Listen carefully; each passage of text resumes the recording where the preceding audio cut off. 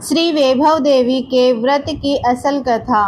हिंदू धर्म में पूजा पाठ और तीज त्योहारों का विशेष महत्व है। शायद कि ऐसा कोई दिन गुजरता होगा जब कोई खास पूजा का संयोग न बनता हो। धार्मिक ग्रंथों के अनुसार हर व्रत और अनुष्ठान का अपना अलग महत्व है। सप्ताह के हर दिन के अनुसार व्रत उपवास करने का विधान है। इसी तरह शुक्रवार को देवी लक्ष्मी का व्रत रखा जाता है। इसे वैभव लक्ष्मी व्रत कहते हैं। श्री वैभव लक्ष्मी देवी के व्रत की कथा इस प्रकार है। एक बड़ा नगर, उस नगर में छोटी छोटी गलियां और दूसरे भी कई आबादीपूर्ण विस्तार, जहां पर भांति भांति के लोग रहते थे। लोगों के कारोबार और काम धंधे भी विविध प्रकार के थे। इस नगर के लोग अपनी आजीविका प्राप्ति में इतने व्यस्त रहते थे कि उनको दूसरों के बारे में सोच विचार करने का समय भी नहीं मिलता था। सभी अपने अपने काम धंधे में ही डूबे रहते थे। उस नगर में अच्छे बुरे सभी प्रकार के लोग रहते थे। बुरे लोगों में शराब, जुआ, वरली, मटका आदि खराब आदतें थी, जबकि अच्छे लोग थे वे सत्संग, भक्ति, भजन, कीर्तन आदि में अपना समय बिताते थे।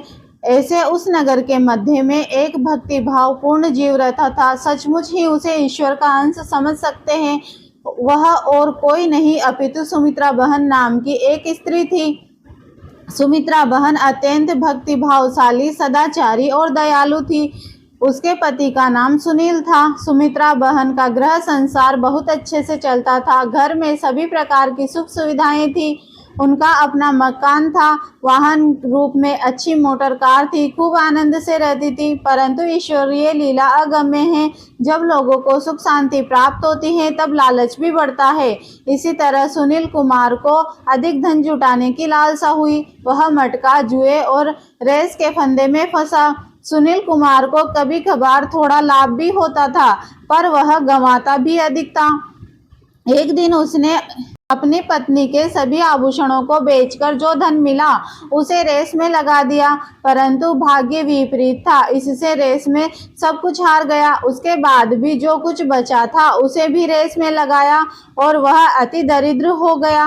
अपनी पराजय के गम को भूलने के लिए उसने शराब की शरण ली। वह शराब पीकर घर आता सुमित्रा बहन को मारपीट करने लगा।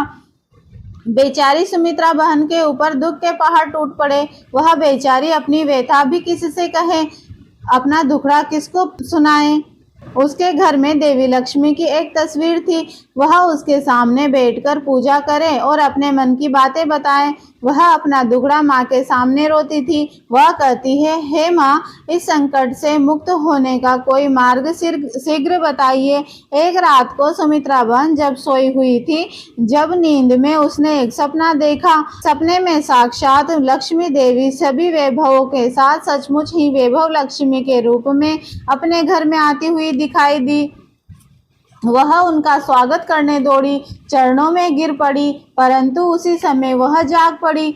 जाग कर देखा तो सवेरा होने को था। प्रातः काल में जो स्वप्न दिखाई पड़ता है वह सच होता है। उसने ऐसा सुना था, परंतु यह सपना टूट गया। अब क्या करना। सुमित्रा बहन नहा धोकर स्वच्छ वस्त्र धारण करके लक्ष्मी देवी के तस्वीर के सामने बैठ गई। पूजा पाठ करने लगी। माँ से बारंबार विनती की, माँ से दुख भरे शोरों में प्रार्थना की, अपने मन की बातें बताई। इस प्रकार दोपहर के 12 बज गए। उसी समय किसी ने सुमित्रा बहन के घर के द्वार खटखटाए। सुमित्रा बहन ने देखा तो एक वृद्ध माँ थी। वह खूब तेजस्वी श्वेत वस्त्रधारी थी। सुमित्रा बहन ने उनका स्वागत किया, उनको पाट पर बिठाया। माता बोली, सुमित्रा बहन, तुम हर शुक्रवार को मंदिर में आती थी और भजन कीर्तन खूब अच्छे गाती थी, परंतु अब क्यों नहीं दिखाई देती हो। सुमित्रा बहन ने अपने दुख के दिनों की बात बताई। वृद्ध माता ने शुक्रवार के दिन वैभव लक्ष्मी देवी की पूजा का व्रत करने को बताया। उन्होंने कहा, यह व्रत तो अत्यंत सरल है। सायंकाल को एक पाट या बाजट पर एक स्वच्छ वस्त्र बिछाकर उस पर सुवर्ण आभूषण रखकर उसकी हल्दी, कुमकुम एवं रक्त पुष्प के द्वारा पूजा करना तथा धूप दीप करके प्रसाद में नैवेद्य धरना। नैवेद्य में एक मिष्ठान रखना, यदि मिष्ठान न हो तो गुड़ भी रख सकोगी। पूजा विधि करके आरती अर्चन के बाद माता को नैवेद्य धराकर बाद में स्वयं प्रसाद लेना तथा दूसरों को भी बांटना। प्रत्येक शुक्रवार को इस व्रत को करने से भी वैभव लक्ष्मी माता की कृपा धीरे धीरे प्राप्त होगी और इस व्रत को चालू रखने से सभी प्रकार के वैभव प्राप्त होंगे। उसके पश्चात व्रत का उद्यापन करना, 5 या 9 सौभाग्यवती स्त्रियों को भोजन करवाना, उनको कुमकुम का तिलक करके ऊपर अक्षत लगाकर पूजा करना तथा श्री वैभव लक्ष्मी देवी के व्रत का महात्म्य समझाना या तो यह पुस्तक उन्हें उपहार में देना। सुमित्रा बहन इस बात को सुनने में इतनी मग्न थी कि वह वृद्ध माँ कब चली गई इस बात का भी ध्यान न रहा। वह दिन तो शुक्रवार का था, इसीलिए सुमित्रा बहन शाम होने की प्रतीक्षा करने लगी। सायंकाल को उसने एक बाजट साफ किया, उस पर एक स्वच्छ रुमाल बिछाया, परंतु पूजा के लिए आभूषण नहीं थे। सभी आभूषण तो पति ने बेच डाले थे। नाक में चूनी थी और कानों में बूटी थी, वे स्वर्ण की थी। सुमित्रा बहन ने उनको निकाल के बाजट के रुमाल पर रखे, पूजा की, हल्दी कुमकुम से तिलक किया तथा लाल पुष्प के द्वारा अर्चना की। नैवेद्य के लिए घर में कोई दूसरी वस्तु नहीं थी, इसीलिए गुड़ का प्रसाद रखा। खूब भक्ति भाव से पूजा की, धूप दीप करके आरती की, थाल तथा भजन कीर्तन गाए और नैवेद्य का प्रसाद माँ के सामने रखकर थाल धराकर स्वयं लिया। उसके बाद चूनी और बूटियों को पहन लिया। पति जब घर आया तो उसे गुड़ का प्रसाद दिया। प्रसाद लेने के बाद पति की बुद्धि ठीक हो गई, विचारों में परिवर्तन आ गया। अपने द्वारा किए गए बुरे कर्मों के लिए दुख हुआ, मन में परिपात हुआ, वह परिश्रम करने लगा। जब दूसरा शुक्रवार आया तो घर में आनंद मंगल का वातावरण हो गया।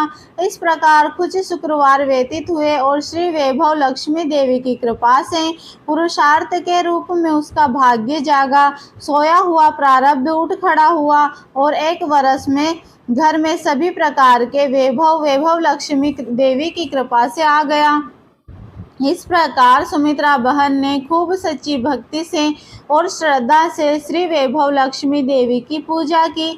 इससे माताजी उसके ऊपर अत्यंत प्रसन्न हुई। धीरे धीरे उसके घर में धन संपत्ति की वृद्धि होने लगी। घर में देवी लक्ष्मी के स्तर वैभव का निवास हुआ। इस प्रकार सुमित्रा बहन ने श्री वैभव लक्ष्मी व्रत के द्वारा गवाई हुई सर्व सुख संपत्ति को पुनः प्राप्त किया। उसके सुख के दिन लौट आए। इसके बाद भी उसने हर शुक्रवार को यह व्रत कायम रखा। सुमित्रा बहन के पास से उनकी दूसरी सखियों ने इस श्री वैभव लक्ष्मी के व्रत की कथा सुनी तथा जिसने यह व्रत किया तथा चालू रखा उसे श्री लक्ष्मी देवी की कृपा के द्वारा वैभव की प्राप्ति हुई। बोलिए श्री वैभव लक्ष्मी माता की जय, श्री लक्ष्मी माता की जय। अगर आपको श्री वैभव लक्ष्मी देवी के व्रत की असल कथा पसंद आई हो तो वीडियो को लाइक करें, चैनल को सब्सक्राइब करें और वीडियो को ज़्यादा से ज़्यादा शेयर करें और कमेंट बॉक्स में श्री वैभव लक्ष्मी माँ की जय लिखना बिल्कुल भी ना भूलें।